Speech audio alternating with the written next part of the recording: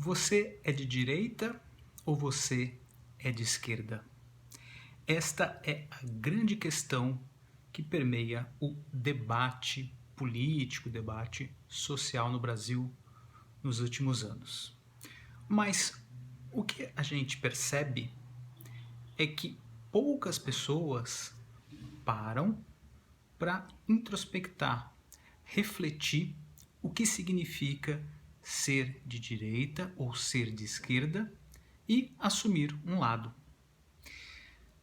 O primeiro ponto que eu queria destacar é que são poucas as pessoas que realmente têm a clareza do que significa seguir uma ideologia de direita ou seguir uma ideologia de esquerda. O que nós vemos que permeia o debate, principalmente nas redes sociais, são ideias vagas, conceitos rasos, que basicamente se limitam ao seguinte: olha, você é de esquerda se você defende um Estado forte, se você defende funcionários públicos, se você defende os mais pobres. E você é de direita se você defende a priorização de uma economia liberal, se você quer um Estado mínimo, enfim, não passa muito disso. E tem aqueles estereótipos, né? Como, por exemplo, que quem é de esquerda é quem quer mamar nas tetas do governo, que não quer trabalhar, e quem é de direita é uma pessoa rica e que não dá a devida atenção às necessidades das classes mais baixas. Né? Esse só para você ver o nível que nós estamos na relação ao debate. Este é um ponto. O segundo ponto é: o que significa quando você adota uma ideologia para chamar de sua? Você já parou para pensar que você está abrindo mão da sua liberdade de pensamento? Que você está dizendo o seguinte: olha, direita ou esquerda, me diga o que eu tenho que pensar, quais os valores que eu devo defender. Tire de mim essa responsabilidade, esse livre-arbítrio. Eu não quero investir meu tempo pensando. Se eu recebo já uma cartilha com as pautas, com os temas que eu devo defender, quem é o inimigo, quem é o amigo, quem é o parceiro, quem é o adversário, é mais fácil. A gente ganha tempo assim. Daí eu posso me dedicar às outras tarefas, aos outros afazeres, às minhas prioridades de vida. De fato é isso. Quando você abre mão do seu livre-arbítrio, né, quando você adota uma ideologia, você está abrindo mão do seu livre-arbítrio. E eu vejo que as pessoas não introspectam, elas não refletem sobre isso.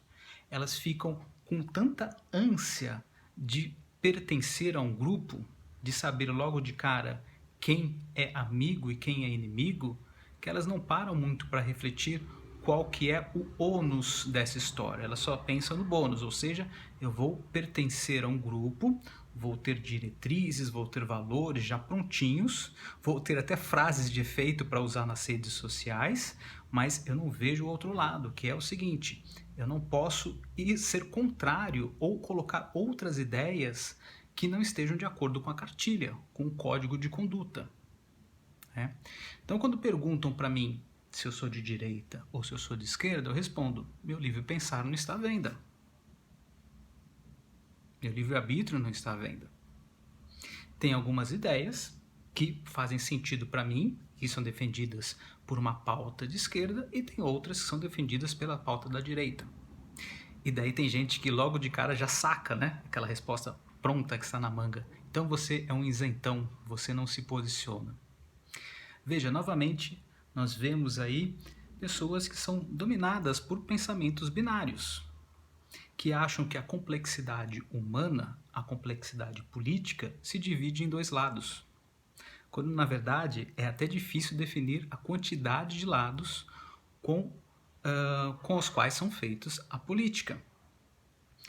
Então veja, ser isentão, ou seja, não pertencer a nenhum desses grupos, significa que você não está satisfazendo o anseio daquela pessoa, porque aquela pessoa ela precisa saber se você é amigo ou se você é inimigo.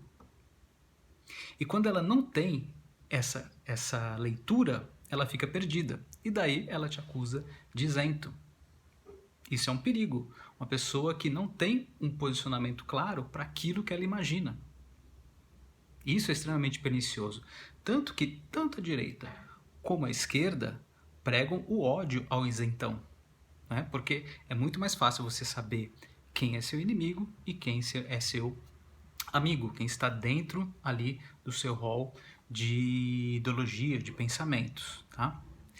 Então é isso que eu queria colocar aqui nesse vídeo. Lembrando também o seguinte, queria trazer aqui a teoria dos ídolos do Francis Bacon.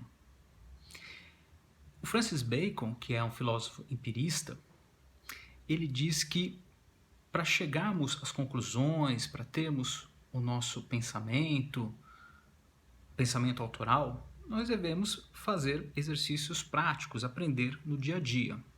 Logicamente que seguindo um método, tá? Um método baseado na observação, na formulação de hipóteses e depois na comprovação, né? Você repete várias vezes aquela hipótese e vê se ela se comprova ou não. E ele define que existem 4 ídolos, ou 4 empecilhos, ou 4 obstáculos que impedem que você tenha uma visão muito clara daquilo que acontece do mundo ao seu redor. E tem um deles, que ele chama de ídolo do teatro, que está ligado ao quê? À ideologia. Pessoas que têm uma ideologia muito centrada em direita ou de esquerda tendem a ter uma opinião enviesada. Elas não se abrem ao novo. Elas vão fazer apenas aquilo que é chamado de viés de confirmação. Ela vai atrás de métodos, ela vai atrás de modelos que confirmam aquilo que ela já pensa, aquilo que ela já acredita, certo? Então tem muita gente que é adepta, né, do ídolo do teatro e que não se abre às novas possibilidades, tá? E só retomando uma outra coisa, né, quando a gente está falando de isentão. Por que pessoas, políticos que procuram abrir uma terceira, uma quarta, uma quinta via de pensamento são execradas, né? Veja, por exemplo, o caso da deputada Tabata Amaral, que foi formada pelo Renova BR, né?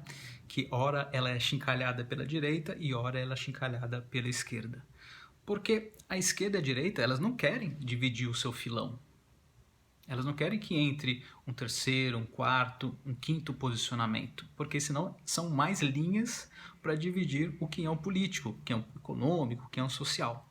Tá? Então por isso que eles brigam ferozmente para que não surja uma terceira via. Os dois combatem. Né? Você tem que pertencer um lado ou outro. E novamente, o ser humano é extremamente complexo, a vida é complexa. A gente não pode usar um pensamento binário para chegar a essas conclusões. Tá? Então aqui fica o meu convite para você refletir, né? Você que já tem aí uma convicção política, um posicionamento, seja de direita ou de esquerda, você já pensou nas implicações que isso tem? Que você está abrindo mão do seu livre pensar para seguir cartilhas, para seguir códigos de condutas já previamente fechados e que tem o objetivo de trazer você para um movimento, mas que não estimula o debate, não estimula o livre pensar, e aquele que começar a ousar a pensar diferente vai começar a ser reprimido e, se ele seguir adiante, ele certamente vai ser expulso ou vai ser desacreditado dentro daquele meio.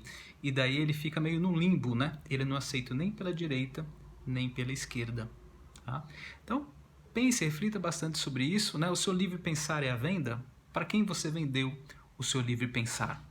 Vale a pena? Vale a pena já ter um código, uma cartilha com princípios, com valores a seguir e abrir mão do seu livre pensar? Esse fetichismo de pertencimento, ele é válido?